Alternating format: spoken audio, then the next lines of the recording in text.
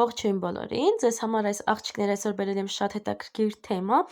գելով և պոլիգելով միաժամանակ լիցք առանց բազայի, իհարկե առանց բազայի սկզբի հատվածը, բայց եթե ուշադրություն դարձնեք, ապա կտեսնեք, թե ընթացքում ինչպես ենք մենք կատարելու այս աշխատանքը և ընթացքում խոսելու եմ հետաքրքիր փաստերի և թեմաների մասին, այնպես որ բաց չենք թողնում այս տեսանյութը, եթե դեռ չեք բաժանորդագրվել իմ YouTube-յան էջում, ապա խնդրեմ կարող եք բաժանորդագրվել, որովհետև ընթացքում լինելու են շատ ու շատ հետաքրքիր ինֆորմացիաներ։ Ինչպես նկատեցիք, մեր մոդելի եղունգները, այսինքն մեր հաճախորդի եղունգները շատ կարճ են, այսինքն երևում են նույնիսկ իր եղունգի տակի հատվածի մսերը, հա, այսպես ասած։ Մենք այստեղ չենք կարողանա տեղադրել թղթե ֆորմա, ինչու՞, քանի որ արդեն շատ կարճ է եւ ինչպես նկատեցինք, արդեն հաճախորդը կրծել է իր եղունգները։ Դրա համար այս տեսակ եղունգների պարագայում մենք պետք է կատարենք այլ տեսակ լիցք։ Ճիշտ է, այդ տեսակ լիցքի ժամանակ մի փոքր մեր, այսպես ասած, նյութերը շատ կգնան եւ ժամանակի առումով մի փոքր ավելի երկար կտևի, բայց եթե կատարենք օրինակ նման պարագայում թղթե ֆորմայով լիցք, ապա հավատացած եղեք, որ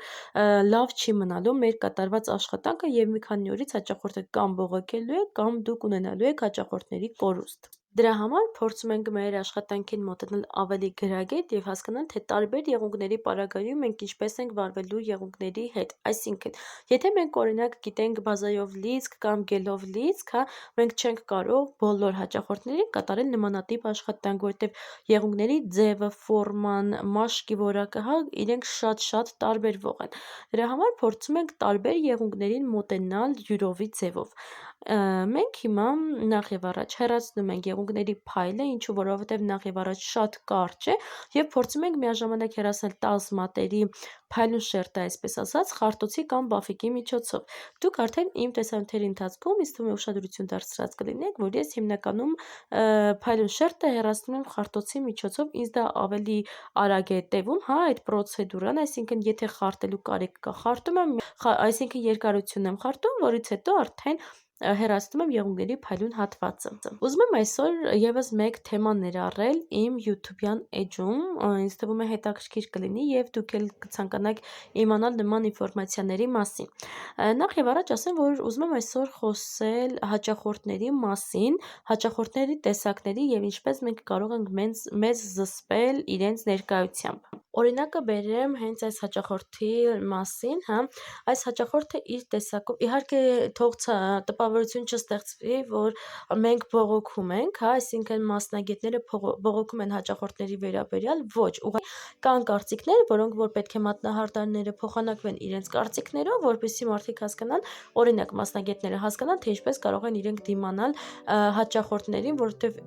բոլորս էլ տեղյակ ենք, որ հաճախորդները ինչքան շատ են, այնքան նրանց թե վերաբերմունքը, թե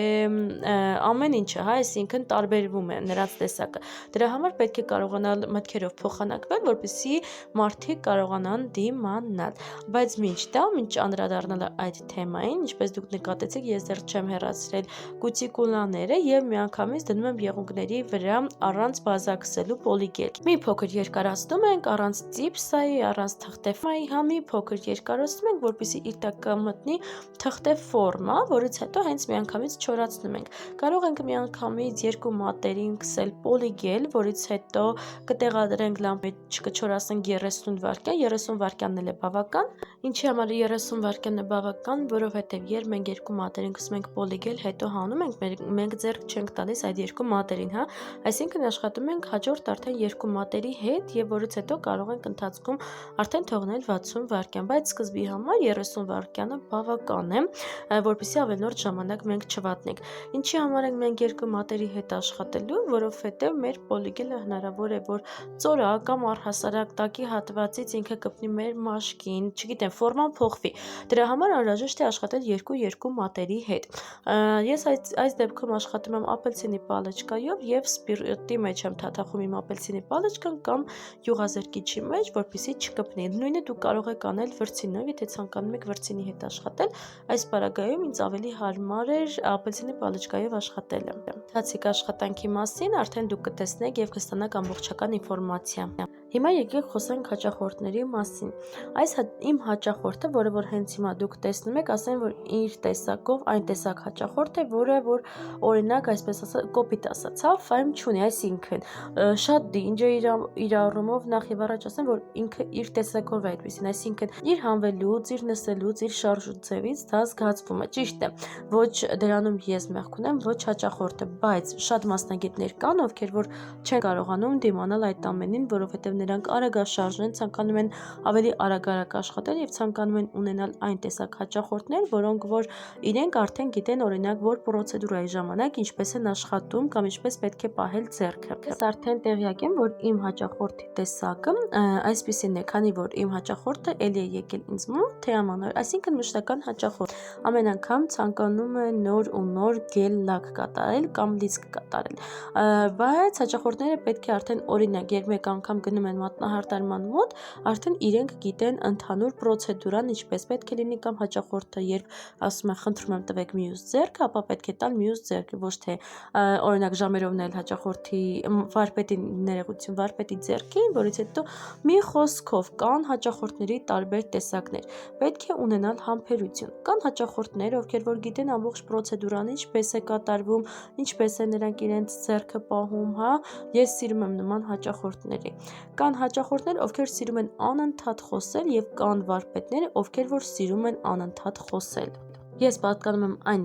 վարպետների դասին, որոնք որ քչախոս են իմ մատնահարդարմինակ արագ աշխատելուն։ Եթե ես խոսում եմ, դա նշանակում է, որ իմ աշխատանքը ես ավելի կատարում եմ դանդաղ, դրա համար նախընտրում եմ լսել հաճախորդին, ժպտալ հաճախորդին, համաձայնվել իրենց կարծիքների հետ, օրինակ եթե նրանք պատմում են ինչ-որ մի բան, ապա ես մեծ սիրով կամ ժպտում եմ կամ ասում եմ, որ ես համաձայն եմ ձեզ հետ։ Իհարկե դուք ճիշտ եք։ Ես ամեն հաճախորդի փորձում եմ նման ձև պատասխանել, որպեսզի չվիրավորեմ հաճախորդներին, նրանք լինեն, այսպես ասած, նրանք համոզված լինեն, որ ես կիսում եմ իրենց կարծիքը։ Ինչքան էլ որ դա ինձ հաճելի չի լինում, հա, քանի որ կան կարծիքներ, մանավանդ այն պարագայում, որ դու ապրում ես Ռուսաստանի Դաշնությունում, հա, քո հաճախորդները բոլորը ռուսներ են, այդ պարագայում մի փոքր ավելի դժվար է լինում, քան Հայաստանում։ Դրա համար իմ, այսպես ասած, կատարված աշխատանքից եւ արդյունքներից կասեմ, որ պետք է ուղղակի փորձել ժպտալ բոլորին, չվիրավորել, չփնփնթալ, այսպես ասած, որովհետև հաճախորդները լինում են տարբեր։ Չգիտեմ, մի փոքր թեմայի մասին էլ ուզում եմ խոսել անփույթ եւ մի փոքր, այսպես ասած, ոչ բարյատկի հաճախորդների մասին։ Եթե կլինեն հենց հիմա հաճախորդներ, ովքեր որ գնում են մատնահարդարման մոտ, խնդրում եմ չվիրավորվել, ուղղակի այսպես ասած մի փոքր ունենալ ֆայմի զգացողություն եւ մի փոքր լինել ակուրատնի։ Իհարկե ասածս դա բոլորին չի վերաբերվում, բայց լինում են հաճախորդներ, ովքեր որ օրինակ բարյատկի չեն պահում, ներողություն եմ խնդրում մի փոքր ռուսերենի համար, չգիտեմ հայերեն ինչպես ասել։ Կան հաճախորդներ, ովքեր որ բարյատկի չեն բերում իրենց կամ իրենց եղունգները չեն լվանում մատնահարդարման մոտ գնալիս կամ եղունգների տակ չեն լվանում, չեն մաքրում, հավատացած եղեք, որ ճիշտ է։ Մատնահարդարը ինչքան էլ փորձում է ձեր եղունգները գեղեցկացնել, բայց հավատացած եղեք 1, 2, 3 ոչ մի հաճախորդ, հա, ոչ մի վարպետ չի վերցնի ձեզ նման հաճախորդներին, որովհետև իրականում շատ տհաճ է, երբ որ տեսնում ես քո մոտ գալիս է գեղեցիկ աղջիկ, ով իրականում հագնված է գեղեցիկ սանրվածքներ ունի, բայց երբ տեսնում ես իր եղունգներին, ուղղակի չես կարողանում աշխատել։ Խնդրում եմ, որպեսզի բոլորդ մատնահարդարի մոտ գնալիս պայման, թեկուզ հին խոզանակով կամ ինչ-որ նոր խոզանակ առեք, որը որ պահեք հատուկ ձեր եղունգների համար, հա, անպայման փորձեք լվանալ ձեր եղունգները, եղունգների տակի հատվածը, որպեսզի վարպետն էլ մի փոքր իրեն լավ զգա, ոչ թե վարպետը հեռացնի ձեր եղունգների տակի անփութությունը, դա իրականում շատ տհաճ է։ Ինձ ունեցել եմ նման հաճախորդներ, ինձ ունեցել եմ այն տեսակ հաճախորդներ, որոնց վրայից որ գալիս է այսպես ասած ահավոր հոտ, իհարկե դա շատ տհաճ է, բայց ես հաջորդ անգամ չեմ վերցրել այլևս նման հաճախորդի, ինչքան էլ որ ցանկանում եմ գումար վաստակել, բայց ինձ համար ավելի հաճելի է տեսնել այդ տեսակ հաճախորդի, որը որ իրեն մաքուր է պահում, հա, որը որ իրականում ինձ համար էլ տհաճ չի, որովհետև նման հաճախորդների դեպքում ինչքան ես փորձում եմ բաց պահել իմ պատուհանը կամ ինչքան փորձում եմ դիմակ դնել, պիլեսոսը միացնել, որպեսզի չզգամ այդ հոտը, միևնույն է, շատ տհաճ է լինում վարպետի համար, դրա համար խնդրում եմ բոլորը նման տեղ տեղեր գնալուց, մատնահարդարի, վարսահարդարի, չգիտեմ, մակիաժ անելու պարագայում անպայման փորձեք, չգիտեմ, լողանալ, կարգի բերել ձեր եղունգները, ձեր մազերը, որից հետո նոր գնալ, որտեղ ոչ ոքի հաճելի չի։ Դուք մի օր ինձ թվում է կմնաք առանց վարսահարդար կամ մատնահարդար, կամ կգնաք այն վարսահարդարի, մատնահարդարի մոտ, որոնք որ ձեզ նման անփույթ են։ Իհարկե աղջիկներ, սա բոլորին չի, որ վերաբերվում է։ Ինչպես նկատեցիք, ես արդեն հեռացնում եմ լիպկի սլոյը, որից հետո արդեն փորձում եմ տալ եղունգին ֆորմա, որպեսզի կարողանանք մենք տեղադրենք թղթե ֆորման։ Իրականում այստեղ կան նրբություններ եւ պետք է զգուշ լինել, որովհետեւ եթե դուք մի փոքր շատ ուժեղ անեք, հնարավոր է որ այդ պոլիգելը թռնի, այսպես ասած, թռնի մեր եղունգների վրայից, որովհետեւ ներքևում չկա բազա։ Բազա իրականում կարիք չկա այս պարագայում քսել, որովհետեւ հետո ենք բազա քսելու եւ իհարկե կատարելու ենք գելով ամրեցում։ Եթե հաճախորդները ցանկանում են շատ քիչ կատարել, այսինքն փոքր կատարել լիցք, երկար չեն ուզում, այդ պարագայում փորձեք ֆորման անել քառակուսի։ Եթե հաճախորդները ցանկանում են օրինակ երկար լիցք, որը որ ընթացքում ինձ թվում է դուք կտեսնեք իմ եղունգները ինչքան երկար են, այդ պարագայում կարող եք այսպես ասած կարող եք կատարել սուր կամ ուղղակի կլոր։ Իհարկե դուք արդեն կտեսնեք ընթացիկ աշխատանքները։ Եթե դուք ունեք ձեր կարծիքը հաճախորդների վերաբերյալ կամ նրանց տեսակների, ապա գրեք մեկնաբանությունների բաժնում, բոլորով միասին քննարկենք եւ ինչու ոչ հասկանանք, թե ինչ կարելի է անել այդ պարագայում։ Դուք արդեն բազմաթիվ անգամ իմ YouTube-յան էջում տեսել եք, թե ես ինչպես եմ մշակում կուտիկուլաները, այսինքն կուտիկուլաների խորը մշակում ինչպես եմ կատարում։ Եթե դեռ չեք տեսել այդ տեսանյութը, ապա կթողնեմ սոփշեստվաների բաժնում, մտեք, դիտեք, որովհետև ինձ թվում է այդքան էլ ցանկալի չէ, երբ բոլոր հաճախորդները, այսինքն բոլոր աղջիկները ներողություն, անընդհատ տեսնում են նույն տեսանյութերը։ Հիմա տեսեք, թե ես ինչպես եմ տեղադրում թղթե ֆորման իր վրայի առանձին կլոր հատվածը մենք կպցնում ենք թղթե ֆորմայի վրա, որպեսզի երբ որ կատարենք գելով լիցք, մեզ ավելի հարմար լինի եւ ծանրությունը պահվի։ Որից հետո տակի հատվածները ուղիղ կպցնում ենք իրար, պոկում ենք վերևի այդ ուզորչիկը կամ ձեռքով կամ միանգամից մկրատով։ Ես նախընտրում եմ մկրատով, որովհետև երբ որ կրում ենք ձեռնոցներ, դա մեզ համար շատ դժվար է։ Որից հետո երկու անկյուններից բացում եմ եւ շատ արագ կարողանում եմ տեղադրել։ Եթե դուք դեռ չեք կարողանում կատարել թղթե ֆորմայով լիցք, ապա կատարեք այսպես։ Փորձեք գրել ձեզ մոտ սկիթկաչ, չգիտեմ ինչքան, մոտավորապես 500 կամ 600 դրամ կարող եք գրել կամ գոնե 1000 դրամ գրեք, օրինակ գրեք, որ մեկ օրվա ընթացքում, օրինակ ամսի 2-ին դուք կատարում եք սկիթկա, օրինակ 1000 դրամով եք կատարում այդ օրը եւ ունեք ընդամենը 3 ազատ տեղ։ Փորձեք այդ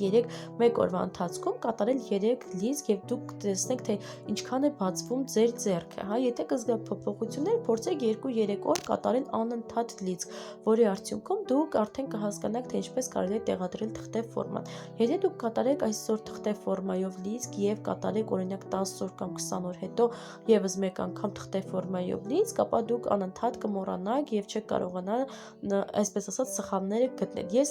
իրականում այդպես եմ կատարել, քանի որ չգիտեի թե թղթե ֆորման սկզբնական շրջանում ինչպես պետք է տեղադրեմ, լիցքը գրել էի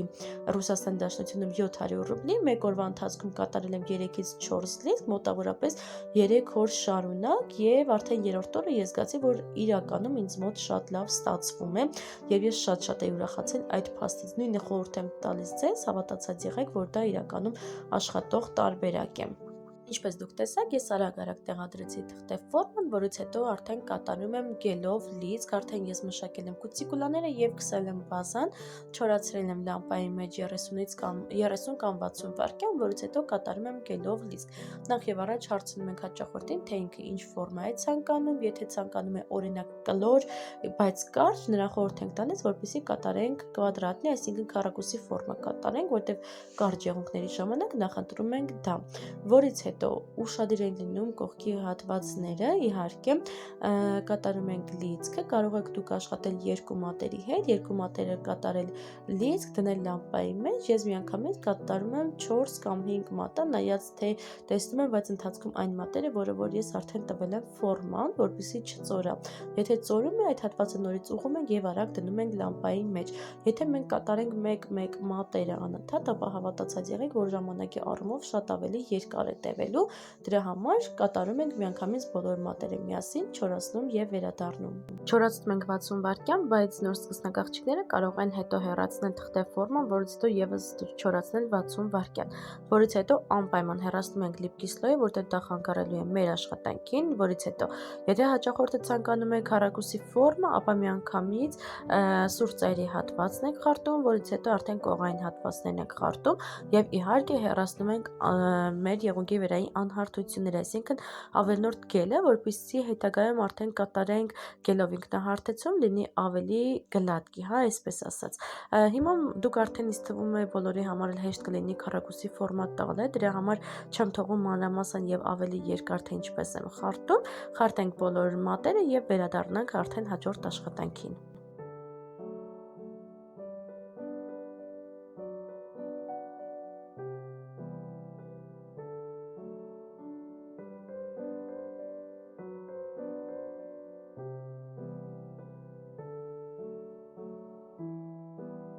Աղջիկներ, ինձնից ձեզ խորհուրդ, եթե կհասկանաք, որ շատ փոշոտ է ձեր եղունգները, եթե չունեք ձեռքի տակ պիլեսոս, ապա կարող եք յուղազրկիչով կամ սպիրտի միջոցով ևս մեկ անգամ յուղազրկել, որից հետո արդեն կատարել գելով ինքնահարթեցում։ Նախ եւ առաջ պետք է վերցնել բարակ վրձին, վերցնում ենք մի փոքրիկ կաթիլ գել, տարածում ենք ամբողջ եղունգի մակերեսին,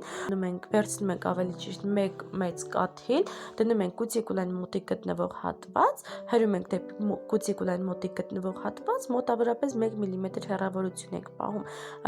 որից հետո թողնում ենք մոտավորապես 10 վայրկյան մեր վրձինը այդպես կուտիկուլային մոտիկ գտնվող հատված եւ արդեն խաղացնելով իջեցնում ենք դեպի ներքև։ Դուք հիմա տեսնում եք մի փոքր արագացված կադր է, որտեղ ես մոնտաժի միջոցով արագացրել եմ, որպեսզի ձեզ համար ցանցրալի չթվա։ Մոտավորապես 2 մատը կթողնեմ դիտեք եւ անցնենք առաջ։